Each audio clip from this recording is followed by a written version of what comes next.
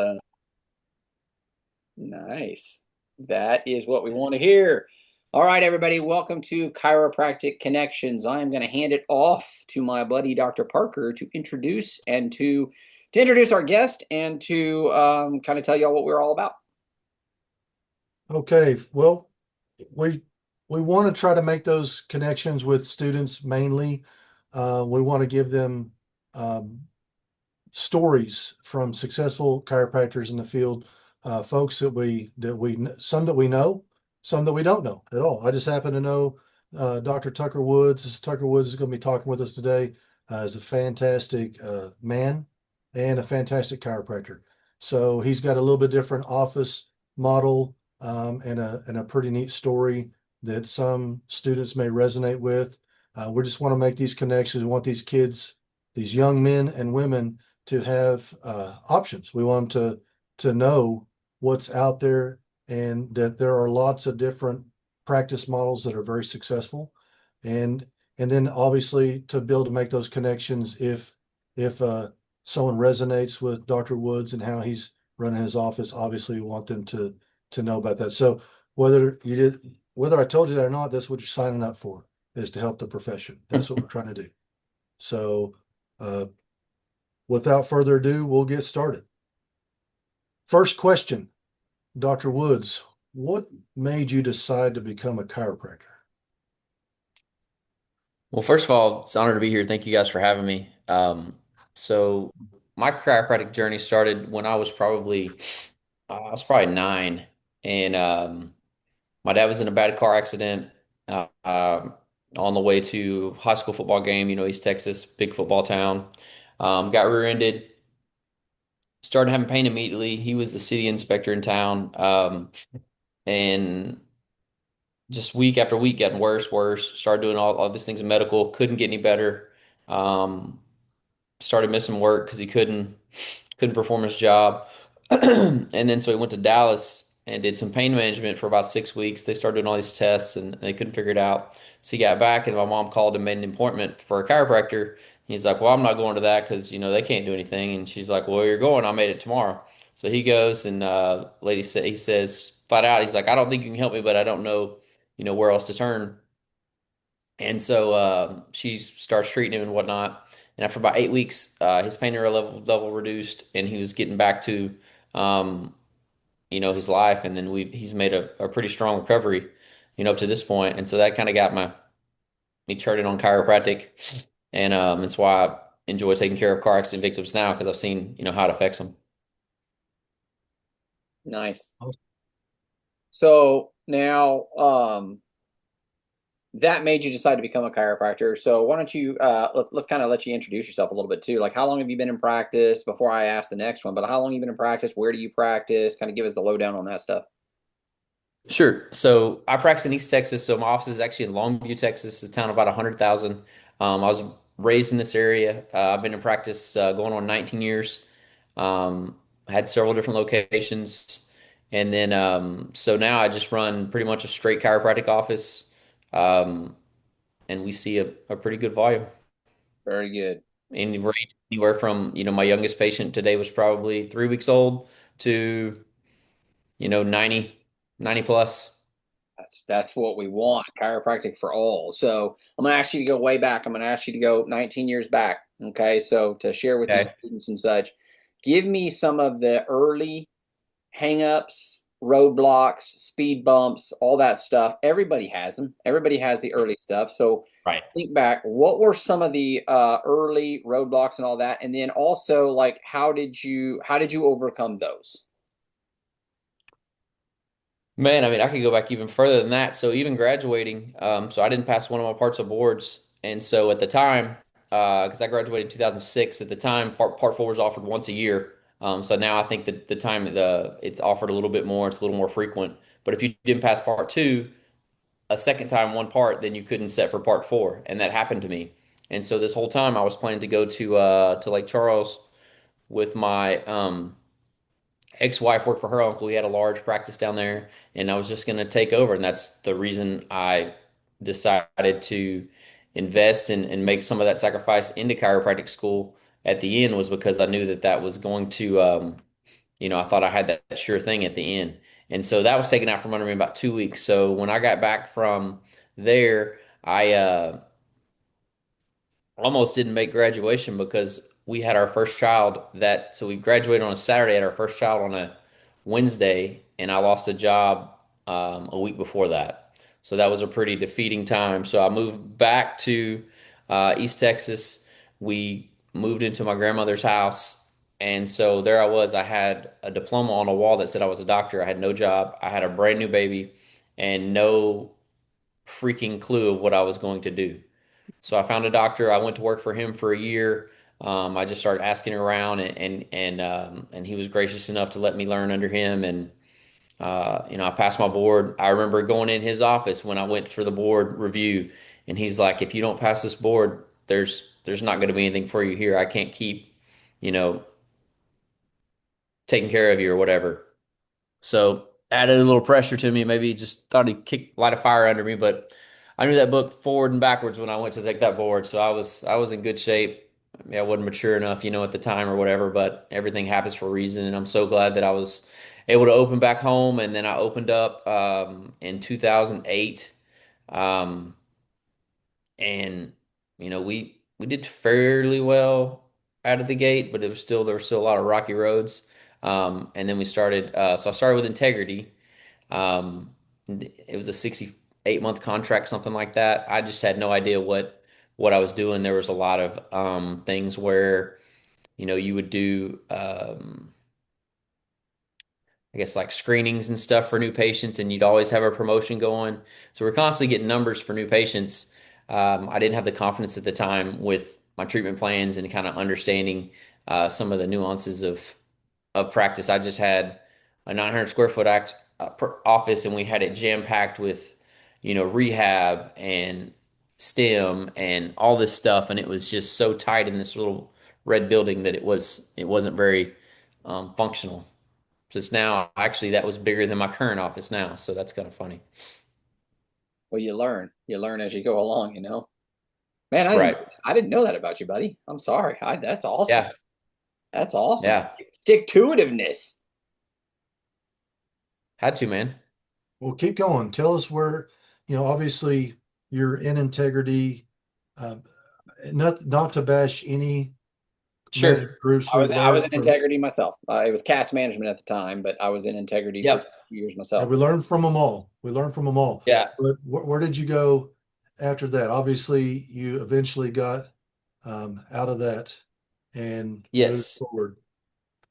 So the thing with that one, and every management group's different. Theirs was the ironclad contract. So I mean, there was months, we were struggling, and they still draft that money and overdraft my account, and I'd be like, oh my God. And it just, it got to a point where, and they wanted you to add an associate really quickly.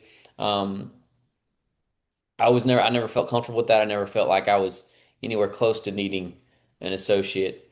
Um, and I felt like there just had to be a better way. And so next I got hooked up with, we know Bob Fennell. He does some extremity adjusting, really good at it. He's out of Tulsa area. It's Heath's brother-in-law. Um, and he taught me some stuff on hand and foot, and I actually rebranded myself as a hand and foot chiropractor for a while. And so I started getting referrals from local docs and chiropractors and stuff like that. So I spent, a good 3 years doing that. And then I was up in, I guess it was Tulsa. This was probably 2013. I was up there sleeping on Heath's couch because I really didn't want to pay for a hotel room.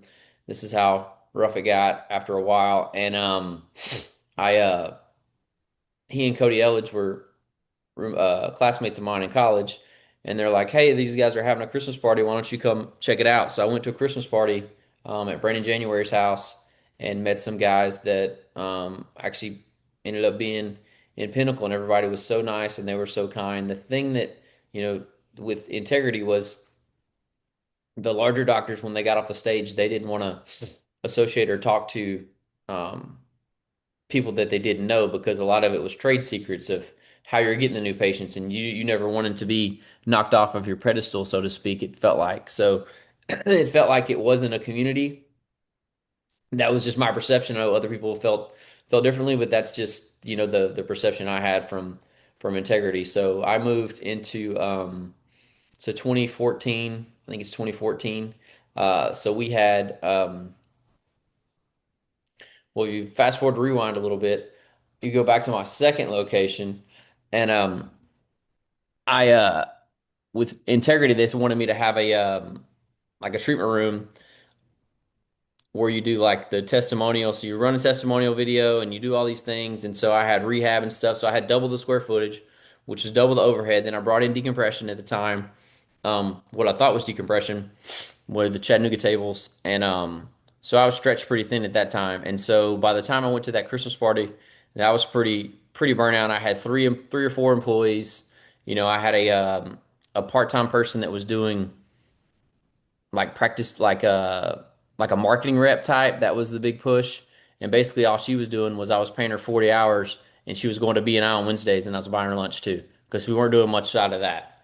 And so it was all pretty much that. So I came to a Pinnacle seminar in April in Dallas and I had talked to some people and I made the decision to go all in. So that weekend I fired two employees, kept one. When I got back, I sold my decompression. I unplugged the e-stem and I started trying to learn as much prone as I could as possible.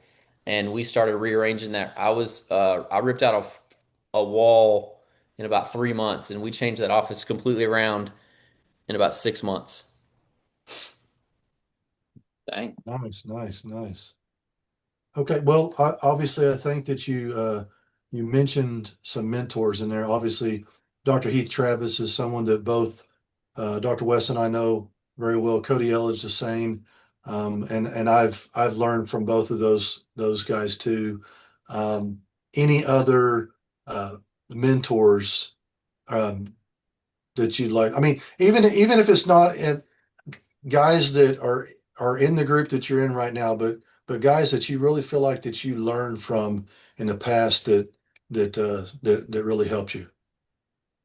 Oh, absolutely. I mean, I feel like early on I learned from Dr. Hayes some, as far as with Pinnacle. And then as I got closer and, it was hard for me to get to certain things, I would come over and pick your brain, Travis, all the time. So I would say you were a huge mentor for mine for many years. And even when I broke my neck, like come to get adjusted every week.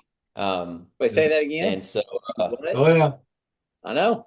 They need to I you hear. didn't know if can that meant you battle come through over or not. adversity. They need to hear this. Yeah. You broke your neck and you still got adjusted. You can do that. Yeah. Um, do I go into that now, Travis, or go back to Go right ahead. No, no. This is so I understand that these young men and women they think they're on an island a lot of times, like no one's going through what I'm going through, and and and we haven't even poured into your success story, right? So this is all, we're not on islands. We're on this walk around the damn beach a little bit and you'll find other guys that are in the same boat. So no, go right. gotcha. So another thing I forgot to mention was when I moved to my second office, we were getting ready for our second child, and the contractor um, sued me on the job of my office. So the first time I met my constable in town was when I got served when I was in the middle of a report of findings with a patient. That was really nice. And then I had a employee steal for me and then file for unemployment and then file against the board for my license and accuse me of all these things, everything under the sun except sexual harassment, accuse me of drug use and a bunch of stuff. So that took like a year and a half to clear up. So that was um, right about 2011, 2012. And so I guess it was 2017 was when I hurt my neck. So we were in Costa Rica. I caught this amazing fish that morning for a friend's wedding. And I always wanted to go deep sea fishing and never had the money or the resources or whatever. And just happened to be on this flat bottom boat with this guy. And he's like, I live right over there. And I caught into this rooster fish. It was like 75 pounds, like a freaking massive Beautiful. fish. was like a 45-minute fight to get that fish in to the boat.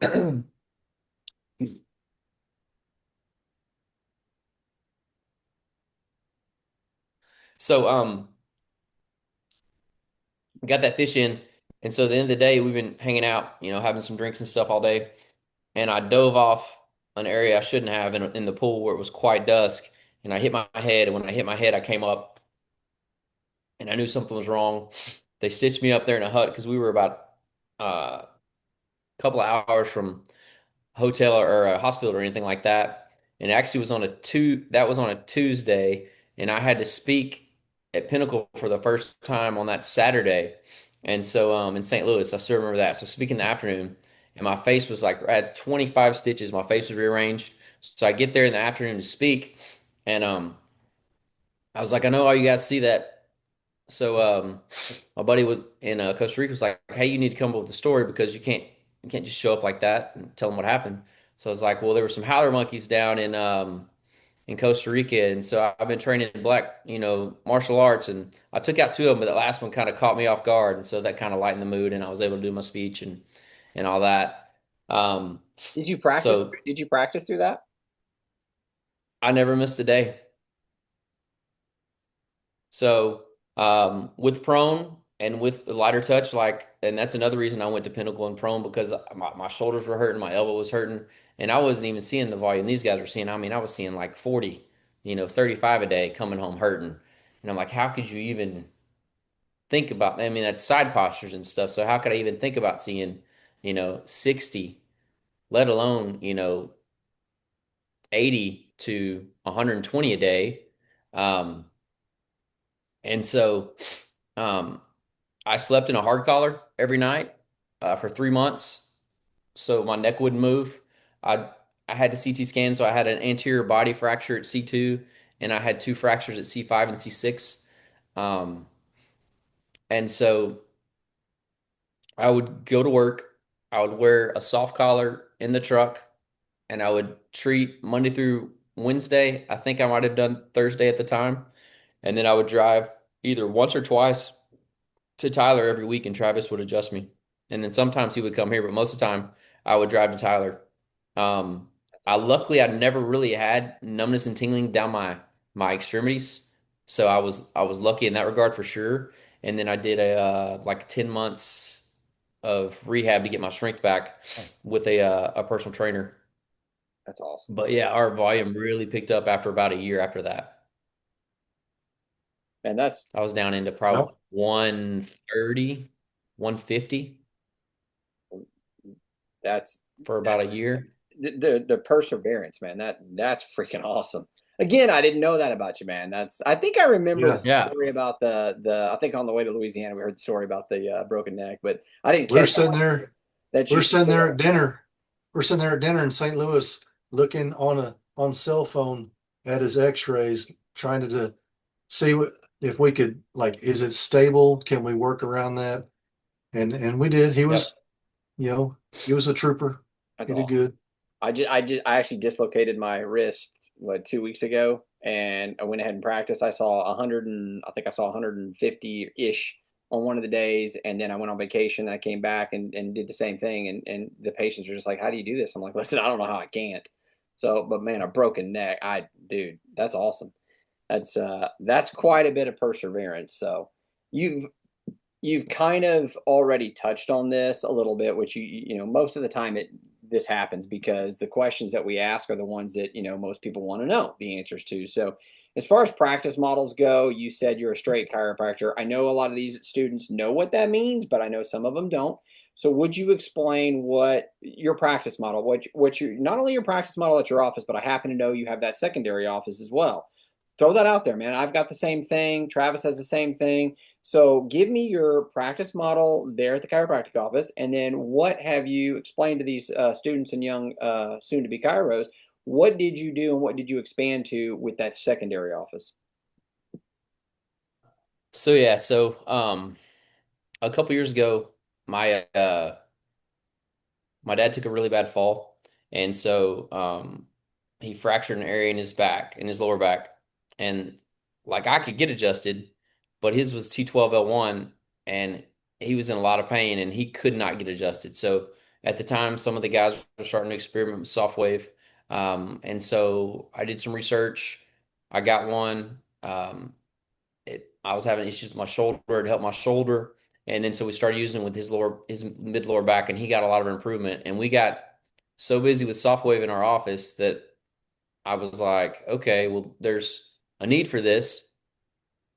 And so I had the idea of I started looking around for decompression for my dad because I was trying to open up that joint space because he still had the issues from a long time ago. And I didn't find anybody that was doing it the way I wanted to and the way I thought it should have been done. And I was like, well, nobody's going to take care of my dad like I will. So I'll freaking open my own office and do it. And that's what we did. So I opened a second location that does specialize in soft wave, and we do spinal decompression with the DRXs, the DRX 9000 tables. And then we do red light for body contouring, but also for pain and inflammation reduction. It's help people get in RA remission. I mean, we've seen amazing stories over there. I had a kid last week that I haven't got a chance to tell you this, Travis. So, 7-year old uh, paraplegic was on Christmas last year and was going four wheeling with dad and was trying to open a gate on the truck on the trailer, the big iron gate that would let Mhm. the side by sides off. He Yep. tried to open it by himself, fell on him, crushed him, and Yes. lost the feeling in his legs. So I saw the grandma last week. It was his third treatment.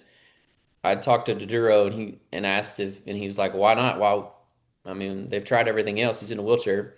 So we tried it and he started getting feeling back in he's got feeling back in his legs. He's moving his leg a little bit. He's feeling um his penis for the first time, in like 8 months. Yep. So pretty remarkable. Um, so that was a cool story. And we just see, cool stuff with soft wave and decompression every day. But on the Cairo side, I do I got rid of traction, and so all we do is adjust. So I do adjustment, extremity adjustment, and send them on. If they need to do something else, then I send them to the other office. So we've kind of coupled it that way. My other office is about 5 minutes away. And so I do some of the consults. I have another chiropractor over there that works a couple days a week that he does the consults for the decompression and for soft wave. Um, and I feel really comfortable with him. I've known him for about a decade. I trust him with my patients and I trust him with, pretty much anybody that I send for care. Nice. Awesome. Awesome. Well, we always like to ask everyone this next question. Um, I think it's especially important with kind of where the schools are right now. It seems like there's such a division in chiropractic. I don't think it needs to be. I think that everyone that's been out in practice for a while and is successful agrees. But there seems to be uh, some some pushback against some of this. What is your thoughts on chiropractic care? Do you think it should be more of a lifetime care or just palliative, get them out of pain? I think everybody with the spine should get adjusted. Um, I try to adjust all my kids. I try to go at least every other week if I can't more. I've just seen so many amazing stories just with chiropractic alone. And the reason I opened that second office had nothing to do with the lack of ability of chiropractic. Honestly, it's allowed me to treat more people and more of an array. And the way that I did it, and the way the reason I don't have chiropractic over there is so that medical doctors who are starting to refer have no excuse to not try this because we're not adjusting. So if you're nervous about that, if you don't want to go to a chiropractor, that's complete that's completely fine. We can do these machines, and then if you're not getting better, I'll be like, hey, you should try getting adjusted. And then 9 times out of 10, they get better. So, you know, I combine them, but I also have them separate, and it's kind of methodical that way. Well, absolutely. I mean, can we say it this way? Travis and I have said it this way a lot. We want it as chiropractors, chiropractic, we can take care of everything. That's going to be our attitude, Right. always going to be our attitude. You always benefit from the chiropractic adjustment, but the ones that to the degree that the patient wants to benefit, they don't benefit, they're going to find a way. And 9 times out of 10, the way they're going to find is going to include something that's going to harm them, medication, something. And I'm not knocking the medical community. Sure. I'm very good friends with a lot of them. So the Right. reason we did it, and it sounds like the same reason you did it, it was to offer them another option, to let them know there was a viable secondary option that was non-invasive, non-destructive, and freaking works. Right. I mean, that's the thing. So with decompression, I've had a couple lately, and you look at that MRI, and they've got a 6 or 8 inch herniated disc, 6 or 8 millimeter, sorry, herniated disc. Well, I can adjust them, and their symptoms are probably going to improve. But 9 times out of 10, that disc is not going to resorb. So it Correct. gets to a certain point, you know, they're either gonna cut it out surgically, infuse it, or we're going to allow the disc to resorb itself, naturally through decompression, or if it's small enough, sometimes on its own. Exactly. So you've got the secondary office and your own office, and I know you kind of did this before Travis and I did this. I am super tech ignorant. So with all of that, as of late, what would you say marketing wise? What has been your biggest home run that you've hit, that you've done marketing wise for either of the offices, for anything? What have because we were told back in the day there's phone books. I mean, I tell my kids nowadays, hey, we used to advertise in the phone book. I'm like, what's a phone book? So it's different nowadays. So I Right. just caught up. So what has been your go-to Um, one marketer? I'd still think it's word of mouth, man. It's crazy. And then so I spent all this money and all these resources in the second office because I was like, I've got to build this up quick because I got all this equipment, all this overhead, which is totally different from my Cairo office. Like I could pay my Cairo office overhead in 1.5 days for the month, you know, kind of thing, like less than like a week, And so the uh the other office, it takes a little bit more, obviously, with all the equipment and stuff. And I've got the highest end of all of it because I wanted to, if I was going to offer it, I was going to offer something that I believed in, that I thought that was going to get the best results. And so the research, everything I did said, recommending these three items. Um, and so for me, I think like it's just the point of finding something that works and then kind of sticking to it. And getting them to talk about it. Get them well, get them to Yeah. talk about it. That's awesome. Now, okay, so to expand upon that, just so that everybody knows, do you do any other forms of marketing, advertising, anything like that? Do you do social media? Do you do, what do you Yes. do those things? Okay. But Yes. your Yeah. big So go-to is definitely word the of new mouth. office still I was doing like a lot of, and we still do Facebook ads. I just joined a new group where I'm doing a lot more in-house because I was spending like 10, 12 grand a month on Facebook ads for this other office, and it was starting to eat my lunch. Um, so I would not recommend that. Um, there's definitely some more cost-effective ways to do that. And the most part, like I thought I wasn't looking at my own patient base as my biggest source of clientele for the new office. But as I've started doing that more and more and been more intuitive with that and just send them over there and just be like, hey, this is what we have. I think this would help you. I've it's been it's been very, very easy. Give them the option.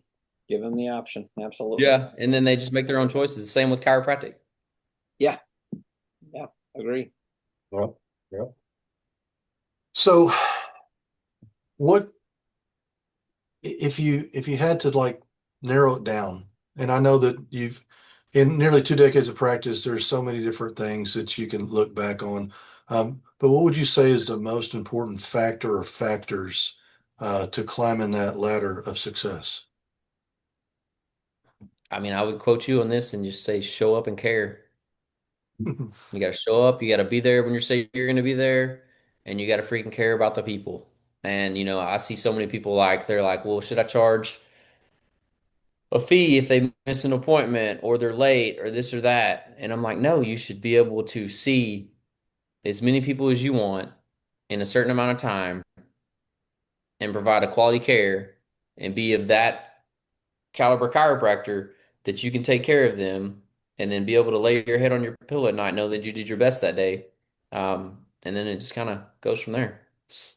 That's a work ethic right there, man. That's, I Mhm, mean, yep. break your neck and still go to work. So break your neck and still give that speech. So that's work ethic right there. So That's no quit, no quit. Good.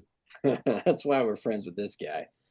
So I'm going to skip one of them, Travis. You know which one I'm going to skip. So now what I want to do, well, real quick, I want to intervene because you kind of already said this.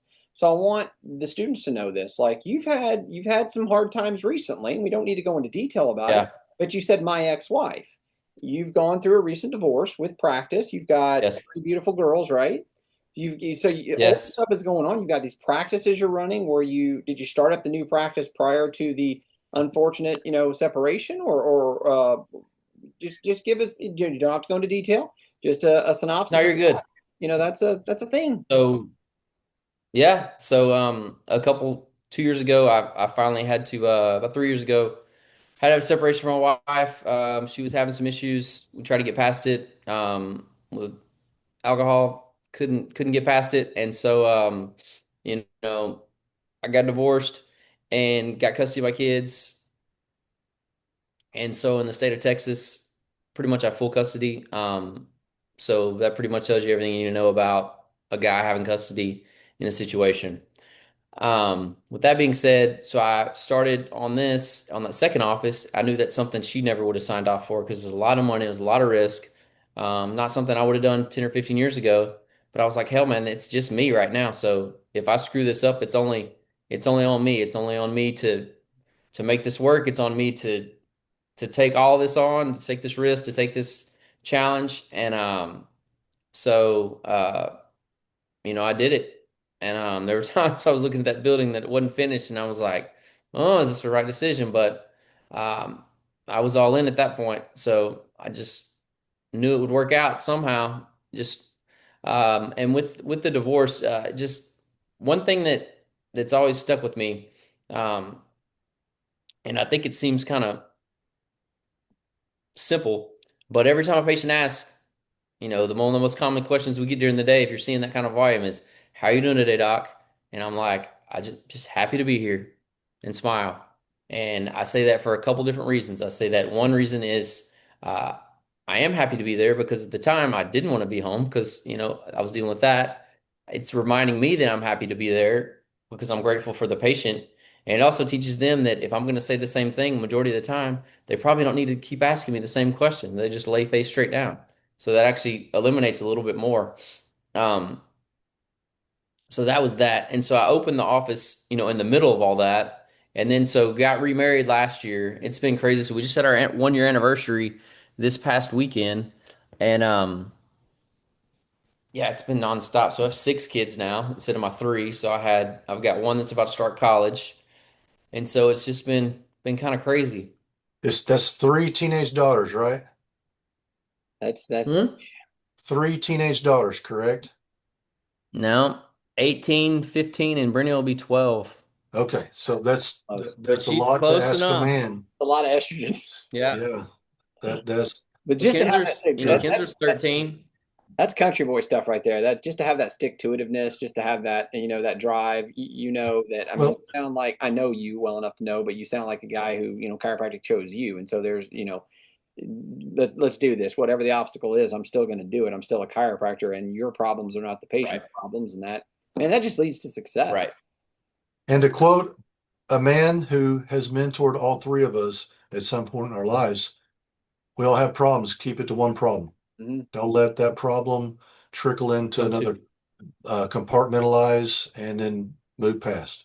And it's not easy. We all know that when the patients ask us, we're like, oh, they really want to know. No, they don't. No, they don't. Any more than we want to know what's your pain level. Like, I don't care. Your pain level may be 3, this person's maybe 10, and this person's arm is broken and yours is sprained. So, no more than that, the patient doesn't want to know. So it's hard to, Tucker, I commend you. It is so hard to get over that ego. And that's exactly what you're telling me. Not only did you do this time, but you've done it in the past. You get over that ego part of yourself. We all have them. Every freaking one of us has a big ego. So Right. some of us are overcompensating with some of our things, but you overcome that ego, and that, man, that to me, that's huge. That says a lot about who Tucker Woods is, and that is awesome. So, um, let's do now. What I want to do is I kind of want to do a quick fire. Okay, so I'm just gonna ask you quick Okay. questions, this or that, and you just kind of tell me what you think.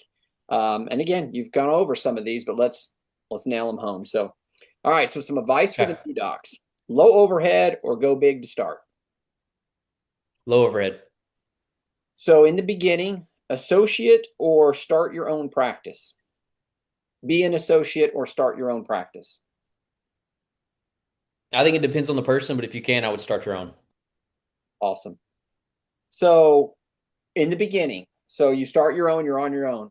Go it alone or have a management group. Some kind of management group, Some kind of help, some kind of something, a some camaraderie. kind of help, some kind of, roadmap Yeah. for sure. I mean, these guys on here right now, we've done some interviews in the past, and I've known some of them, but they weren't there in the trenches with me in the beginning. You two guys, I'm the oldest. I've been in practice the longest, but you two guys have been there since I can remember, and having that camaraderie is freaking huge. It's to me, it was through the management group that I met you guys, but just having the camaraderie Right. over the management group even has been bigger for me because we're not all in the same management group anymore. We're all in different Right. management groups, and it's good. We still share information. We share this, we share that because we're always here and willing to help. So, yeah, awesome. All Awesome. right, Travis, you want to Well, wrapping up? first off, Tucker, we appreciate your time. Like I said, this we tried to schedule this and out. We had a wedding last month. Wes's son got married, and so we didn't do anything in June. Plus, I want to give you plenty of time because you got a lot. Not only do you have six kids, one going off to college, but one of those boys is also type 1 diabetic. So that changed and just found out here very recently. So this has been a nice big transition, not just for you, but for your wife. But Right. last question. Uh, do we need more or less chiropractors, and why do you think that?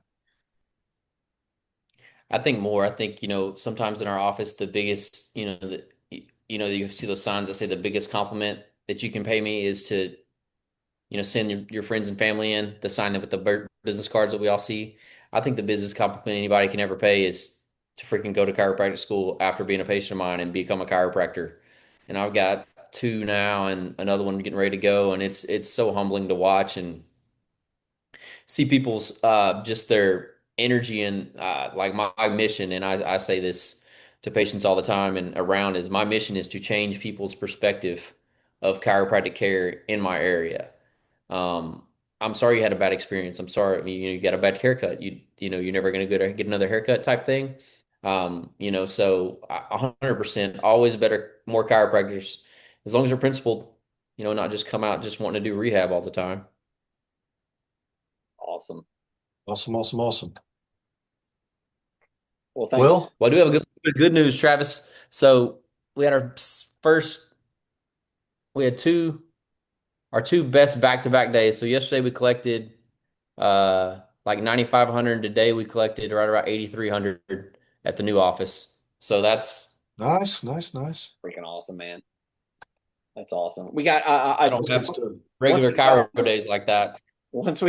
once we get off and soon here, I want to talk to you, Tucker. I recently did I did an in-house. I'm gonna call it a dinner with the doc, and it was hugely successful, and it was neuropathy.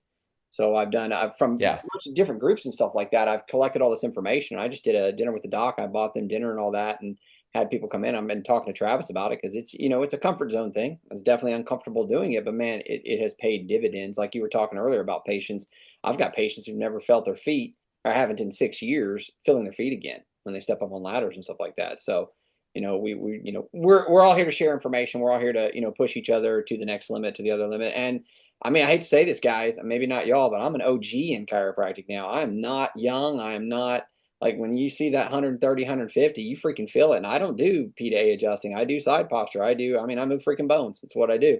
I'll do some lighter adjusting, but yeah, it's, it wears on you. So, brother, I appreciate it, man. I enjoyed listening to your story. I didn't know it. So the perseverance and all that, man, I think it's freaking awesome. And these youngins who are unfortunately being told by a lot of the higher ups in our profession, oh, it's going to be pure hell. It's always been freaking pure hell. It's never been easy. Nobody, not many have had that easy road. And Tucker, I think you're a walking testament to putting the ego aside and freaking pushing through, breaking your neck and going to work. Mm-hmm. That's it, man. So, brother, I appreciate it, man. Yes, Yeah, for sir. sure. Thanks a lot, Tucker. Y'all Night, for be sure. good. Have a good night. Take care.